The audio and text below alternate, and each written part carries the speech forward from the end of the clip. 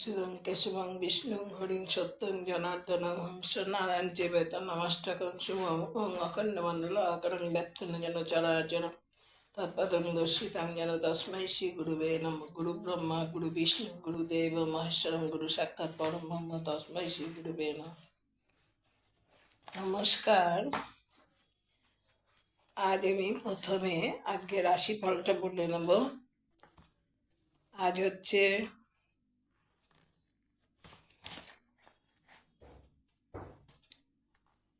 19শে September 2025, 2রা আশ্বিন, 1432 শুক্রবার।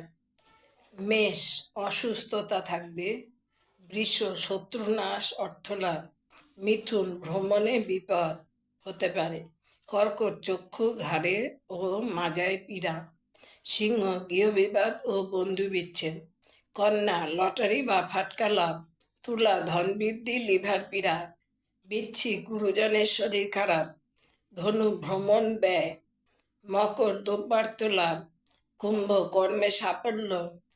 মীন ভাগ্যোন্নতি সাফল্য। এবার হচ্ছে আজকে যে বিষয়টা হচ্ছে যে বিষয়ে বলবো সেটা হচ্ছে অকাল বোধন। আমাদের তো দুর্গাপুজো এসে গেল, এই দুর্গাপুজোকে অকাল বোধনই বলা হয়, সেই সম্পর্কে বলবো আজকে। শিউলি ফুলের সুবাস, কাশের দল, জল টলমল পুকুরে পদ্মফুল, ভ্রমরের গুঞ্জন, নীল আকাশে সাদা মেঘের মেলা, মৃদুমন্দ বাতাস, এক অপার্থিব সৌরভ। শরতের শুভ্র প্রভাতে সারা প্রকৃতি জেগে উঠেছে এক নব আনন্দে। জ্যোতির্ময়ী জগন্মাতার শুভ আগমনের ইঙ্গিত সর্বত্রই। আকাশ বাতাস মুখরিত মায়ের মঞ্জির ধ্বনিতে। ভাবলোক রূপলোক রসলোক সবাই চিন্ময়ী রূপে মাকে মিন্ময়ী রূপে আবাহনের জন্য প্রস্তুত। মা আদ্যাশক্তি মহামায়া সনাতনী গুণময়ী। পুরাণ থেকে জানতে পারা যায়, বেদসমুনির আশ্রমে রাজা সুরত ও সমাধি বৈশ্য বসন্তকালে দেবীর পুজো করেন। এরপরে মাঘ মাস থেকে আষাঢ় মাস, এই সময়কালে অর্থাৎ উত্তরায়ণে দেবতারা জেগে থাকেন।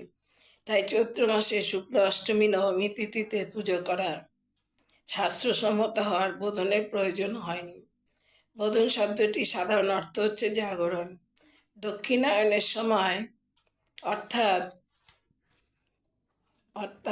শ্রাবণ মাস থেকে পৌষ মাস পর্যন্ত দেবতারা ঘুমিয়ে থাকেন, কিন্তু রামচন্দ্র রাবণ বধের সময় লঙ্কা জয় ও স্ত্রী উদ্ধারের জন্য আশ্বিনেই দেবী দুর্গার পুজো করেন। এই পুজো অকালে বা অসময়ে হওয়ার জন্যই বোধনের প্রয়োজন পড়ল।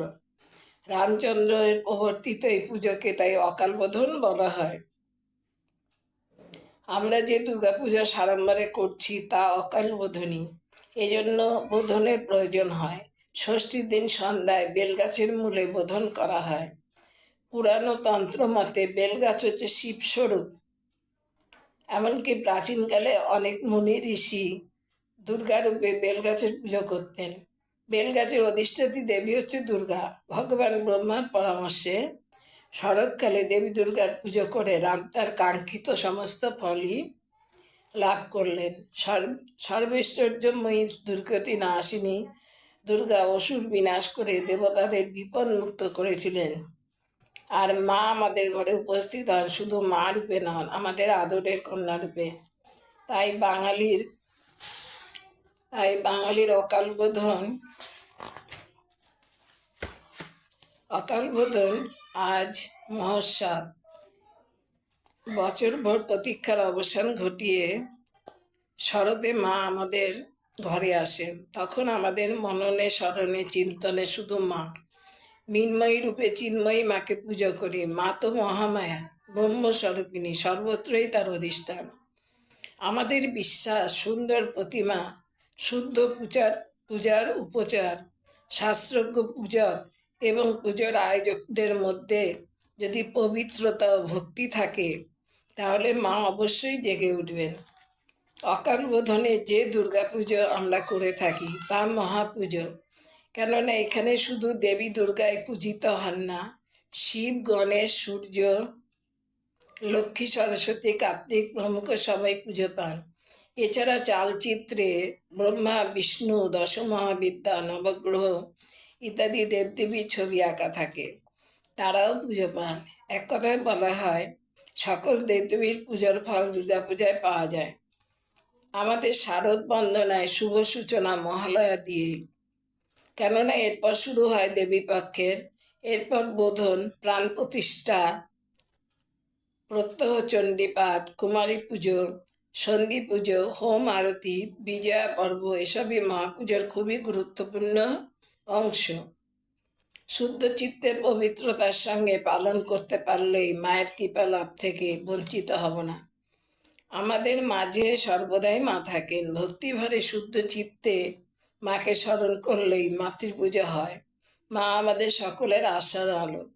যা দেবী সর্বভূতেষু মাতৃরূপেণ সংস্থিতা। নমস্তস্যৈ নমস্তস্যৈ নমস্তস্যৈ নমো নমঃ। আজ এই পর্যন্ত।